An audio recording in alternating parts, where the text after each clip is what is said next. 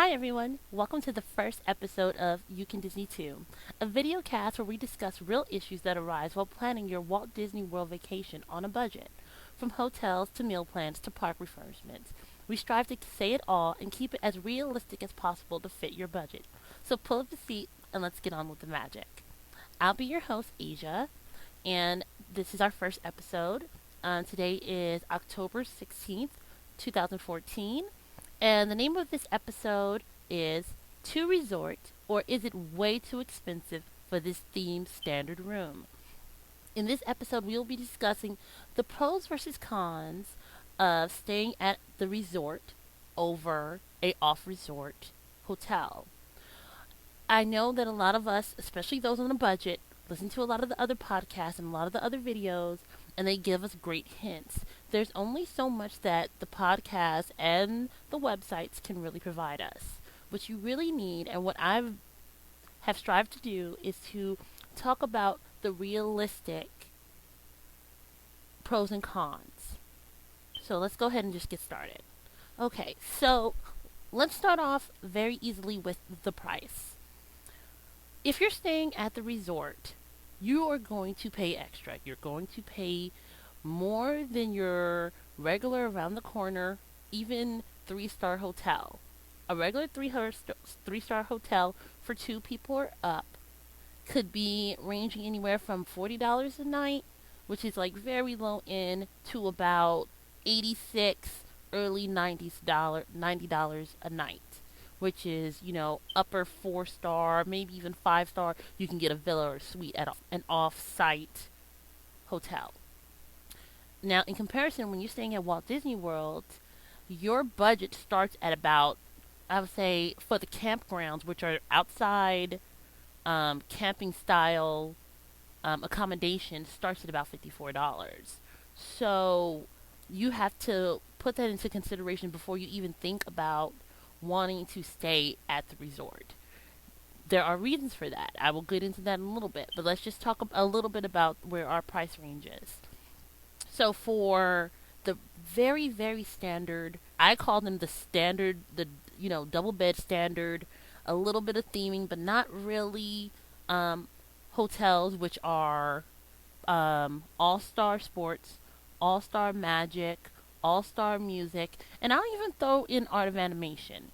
I'll put that at the higher tier of that category, but it's still in there. So for the first three that I mentioned, the All-Stars basically, they're about, give or take, you could say anywhere ranging, if you get that 30% discount that they have that rolls around every once in a while, it could be anywhere from about 76 to the standard price at the regular time of the year without any discounts, without any extras, which is about $96 a night. Then you go up to the next, which are the moderates. That's French Quarter. That's what's the other one? Riverside, Caribbean Beach, Coronado, and I think there's another one, but I can't remember it right off the top of my head. Those you jump up automatically. There's more theming there. There's a lot more more of an immerse experience at those resorts. From the moment you walk in, you're actually walking into a full-on immersion like accommodations, and you will pay for that. That goes without saying. So we're looking at anywhere between about 146 a night to 165, which is their maybe 165, maybe early 170, like 475 a night. And then those higher ones, I'm not even going to mention those. Now, I will make another episode about that, but we're, on You Can Disney Too, we are focused on the budget-friendly accommodations, and for us, let's be honest, for the working class person, that's kind of out of our reach. Most of us, even if we do have it, are not going to pay $200 a night for a room. Let's be realistic. But that's not to say that that's not an option. If you want to indulge, if you really want the experience, you want to sleep next to the zebra, that's where you're going to go. But if you're more on I'm trying to keep it in a budget, I saved all year for this trip, me and some friends, me and my family, and we only have so much allotted for this trip, then these are the hotels you're going to be looking at, and these are the prices you're going to be dealing with. So let's go over benefits versus cons. Of course, staying at any of the resorts, Disney tries its best to not only theme your room, but keep you immersed in the magic that is Disney. From customer service to food to accessibility to the park to activities at the resort itself. It's all catered to keep you within the magic and in that just that good overall magical Mickey loving mood. Now, on the other side, at the regular off-site hotels, of course, there's going to be less theming. Now, that does not mean that these some of these places don't theme. They're around most of these places have been around these parks for years. So they do a little bit of theming. They even train their customer service to be a little more friendlier and try to be as accommodating, especially for children and small families. But you do have to understand that you will lose that experience, that type of experience. You will be dealing with the working class person who's just at their job. And that's not to say they can't be courteous or they shouldn't do a good job, but that little bit of Disney magic is lost. But the benefit, on the other hand, is what I call the three tier or the three T's. One, if you want the more, especially for the young traveler, because I know myself as the 20-year-old age range, I do love kids. I love kids to death. I don't have any of my own, but do I want kids all around me all day like you will have at like the All Stars? The All Stars are super you know, kid friendly. I mean, kids running everywhere. And if you kind of want to get away from that when you leave the parks and you want to relax, you want a little bit more quiet, you want to be able to have a drink around the par, maybe go down to the sports area, hang out, maybe just hang out in the lounge with a good book, then definitely the off sites are for you. If you maybe you're a small family and you guys want to do more cooking because there are no kitchens in most of the resorts. They might have a little accommodation, but most of them don't unless you're in the deluxe hotels or resorts, excuse me. But for anywhere from about I'd say $50 to about 89 at any of the off sites, you can definitely get something with a kitchen and if not kitchenette.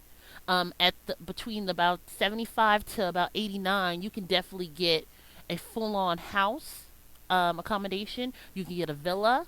You can get a big suite, and I mean a full family suite with the living room and the whole shebang. So it's really about what your family requires. So that's kind of important. Let's see. I'm trying to think of something else. For sure, you should think about who you're going with. If you're going with young people, is it quintessential, if it's your first time, is it quintessential for you guys to spend the money at the hotel versus staying off site and having that little bit of extra money to actually use for merch or for maybe extra day of tickets or whatever else you want to, spend the money on, maybe just food, going to a couple more of their restaurants. Now, on the opposite side, if you stay at the resort, what are the benefits there? What are some of the more benefits? The meal plan. It's a touch and go. I'll go into that on another episode, but it does have its benefits. Let's see. Like I said, all the little events that they have there. They'll be able to book on their discount when you return to the park again. I think it's called the Bounce Program. And I mean, there's just a wide kaleidoscope of things, of little benefits of staying at the resort. So, you should really kind of iron out what really fits for you. Are you really worried about the money or are you worried about the experience? If you're worried about the experience, my opinion, go for the resort. If you're worried about the money, stay offside and you can, make that up at the parks or, outside of the park and make it a full, well-rounded trip for yourself or for you and your group. Let's see.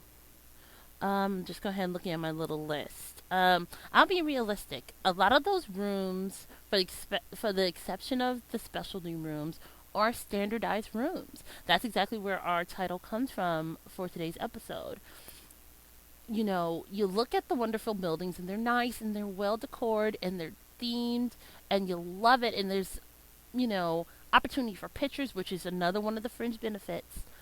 But at the end of the day, a lot of these places are just standardized rooms. They are a lot. I'll be honest. The All Stars. Now I know they are doing refurbishing. That should be happening between now and the middle of 2015. Um, a lot of the refurbishing isn't that great. The work that has been done thus far is it's pretty. I will even say substandard.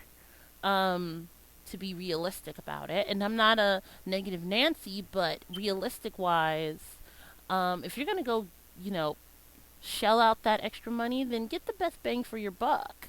So, you know, the only exception to that is art of animation. Art of animation is a good steal for at about I'd say about between 99 and 101 a night for a small family. You really can't beat that, and it's very well themed. The pools are amazing. Um, just the photo opportunities just make it worth it, and not to mention it has a rich theme and it has a rich kind of story that goes along with the hotel. So it's kind of fun to learn about the animators and, you know, the process of animation, and it's a really nice hotel. Definitely one to consider if you want to go into the into the more budget hotels, but you want to get your bang for your buck. I would recommend Art of Animation. Save that extra little something. Don't have those burgers, and save it for Art of Animation. Okay, so let's just go ahead and wrap it up because we're not trying to stay here all night because we have things to do. So my recommendations: families.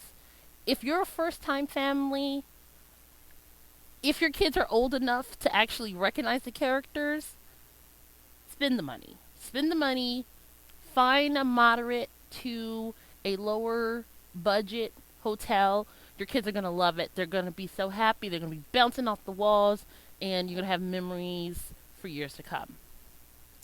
If you're riding solo, if you're a solo traveler, like I have done myself, I would recommend staying off-site. You could get a lot more relaxation. You could get a lot more quiet time for when you want downtime from the parks and from the whole experience.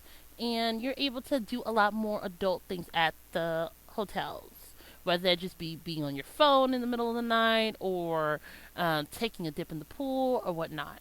For just young people, the young travelers, that's our college students mainly, I would say, depending on the group, you guys can make that decision.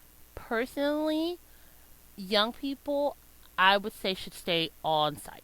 However, I do recommend that they stay in a moderate hotel. Therefore, they can get the Coronados or Caribbean Beach, which has more of an adult theme to it, less kid oriented, where you could still have a lot of fun, but yet, you know, it is set aside for it is set aside to cater to the young and the older adult crowd. So that's good. And let's see, I'm trying to see if anything else. I think I covered everyone. So yeah, those are my recommendations for the day, guys. And I hope you found this video helpful. Please be sure to like, and if you could subscribe, because I'll be making more videos where I'll be talking about all these questions and really giving you realistic numbers and dates and information, the things that I couldn't find, and that I'm sure you're like, thank you, heavens above, thank you, Walt, that someone's finally saying it. So I'm signing out for now, and I hope you guys have a magical day. Bye.